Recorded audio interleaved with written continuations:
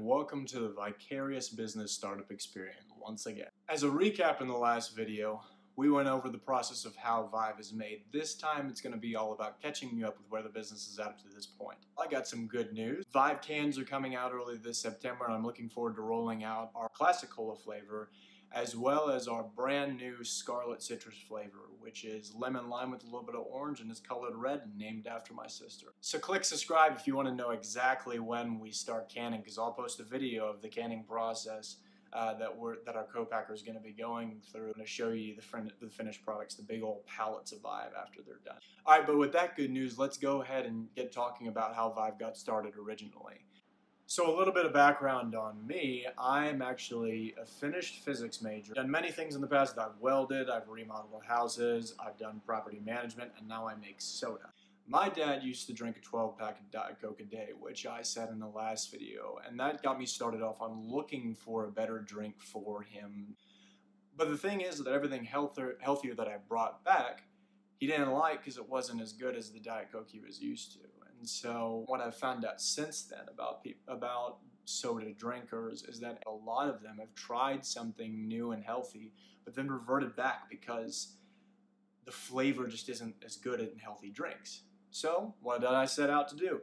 I set out to make a healthier drink that tasted better than the sodas that were already out there so that people would want to switch to it. So at the very beginning, I started simply with espresso and carbonated water and some flavors. And so that's all I made. I made cold brew, I used espresso, I used drip coffee. I tried everything because I thought coffee would be a really good thing to use in a soda to make it a little healthier. Tasted gross. Everyone that I taste tested it with really didn't like it, and that was the important part. Taste testing, and moreover, giving people my product to try helped iterate it along the way to make it better. And if I just tasted it myself, it wouldn't be anywhere near as good as it is right now. Actually, I think I have the ingredients to make that sparkling coffee drink right now. Hold up. Alright, so this is espresso, carbonated water, and some flavored waters all mixed together with a little bit of stevia in it to make it a little bit of sweet. Not expecting it to be very good, but it has been like a year and a half since I've tried this, so we'll see. Actually, 2 years.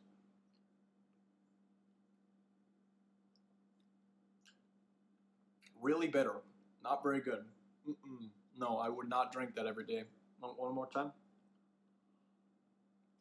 Yeah, I'm really glad we've made some progress since then. Okay, so after I decided I wasn't going to use coffee because it didn't taste all that great, I decided to go after replicating cola flavor.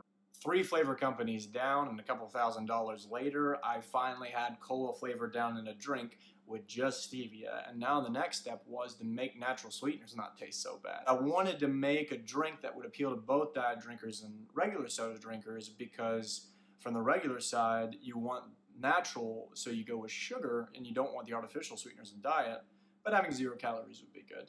I wanted it to be sweet so it would appeal to diet drinkers, but I also wanted it to be not an aftertasty sweet so it would appeal to regular soda drinkers. And I knew that the only way I was going to do that would be if I used natural sweeteners instead of artificial sweeteners, which, if you look on the market today, hasn't been done yet. So I had to go through the long process, i.e. the 500 tries, to get something right. And over that time, I developed personally, because by the 350th try, I wanted to give up. But I still had my original motivation, my goal in mind. I wanted to make a drink that my dad could switch to that would be healthier for him. And I wanted to make a drink that regular soda drinkers and diet drinkers could all switch to, because I kept that goal in mind, and I knew that at the end I would have a product that I'd be able to sell. And after a long 8-month hiatus I took to remodel a house, I finally started working with the 3 sweeteners that Vive has in it now. And on the 500th try, I got it right. So there was a lesson that I learned throughout the beginning of this process. One of the greatest qualities of entrepreneurs and people starting businesses is perseverance. You gotta not be averse to waiting long periods of time and going through disappointment. You gotta jump right into that disappointment, do the work anyway. Okay, so after I had my sweetener combination down, my cola flavor down, I had something that was ready to sell, or so I thought. I started the business at the beginning of my last year of school, and that was in name only. I just made an LLC, and that was so I could start working with Georgia government to actually make this drink food safe to distribute and everything. So I started off on that process in the September of my last year of school. And so basically what happened is I brought them my product that had the right sweetness, the right flavor, the right everything, and I brought it to them and said, hey, I'd like to sell this. Can you help me start?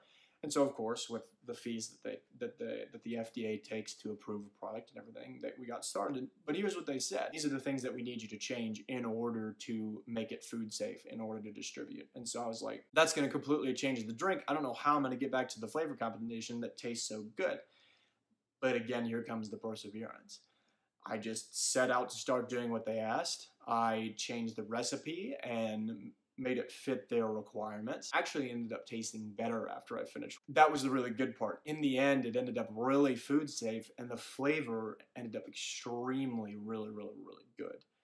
And so everything turned out well in the end, but it still did take 100 or so tries to get it right. And through all that time, I also had to develop a process, which I showed you extensively in the last video, that would please the FDA, and that took a lot of tries too. Originally, I was putting Vive in a can myself, and I had to buy all the equipment to put Vive in a can and do it by hand, and it cost a lot of money. Actually, I had to ask my family to help me out on this one because I ran out. Right after I finished building my canning line and I had something that worked and I was starting to make product, the FDA was like, oh wait, you can't use cans, and they wanted me to use glass bottles instead.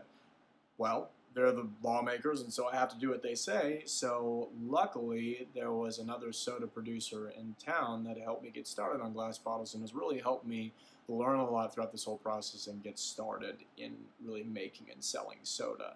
And that's another great thing too, is that I went out and found somebody else that was already doing something like what I was doing, i.e. making soda and selling it. So I went and asked him for advice and go to him with any questions that I have. So about a month after switching glass bottles, I finally pleased the FDA with my process and got their okay. Also during that time, I was ordering in all the ingredients and all of the packaging that I needed for the product, so that just took a long time. So as you can see, there's a lot of waiting in starting a soda business. Once I finally had all my materials, I was finally ready to sell. And what sales look like for sodas, I make some, I bring them a cold 4-pack, and I find the owner or find the bar manager, and I say, hey, my name is Clayton Hunting. I make a natural 0-calorie soda here in town, and I was wondering if you would try it, maybe give it a shot in your shop. You just go meet people, shake their hands, offer your product up to them, see if they'll give it a try, and sell it. After I started selling and I realized how difficult it was to make bottles and go out and sell, I got in touch with a local co-packer, which those are the ones that are happening in September. And so then I'm going to stop making the product myself, but I'm going to pass that off to someone else so that I can spend more time selling, making wonderful videos for you guys, doing more marketing. Before, I was not a social media guy. I have social media accounts from my high school, but I have not used social media in like 4 years. And I've gotten started the past couple weeks making these videos, doing Facebook and Instagram, which if you haven't, go like Vive Diet Soda on Facebook and Instagram. I would really appreciate it. If you like these videos, also give them a thumbs up. And kind of figuring out what works. And just like with formulating a drink, it's not about knowing how to do it initially. For me, it's about trying different things. You find out something that works and you keep going with it. I'm going to investors and talking to them about all the different options of how to grow this thing. And really the best option is just going to present itself over time, I know, just like all the other things that have happened so far. And now you're on board the ship. You know everything about Vive up until this point. You know what's going on. You know what my struggles are at this moment. You know what the things that I'm going to have to persevere through next. Until next time, this is Clayton on the Vicarious Business Startup Experience. Hope you all have a great day, and I'm looking forward to seeing you next time.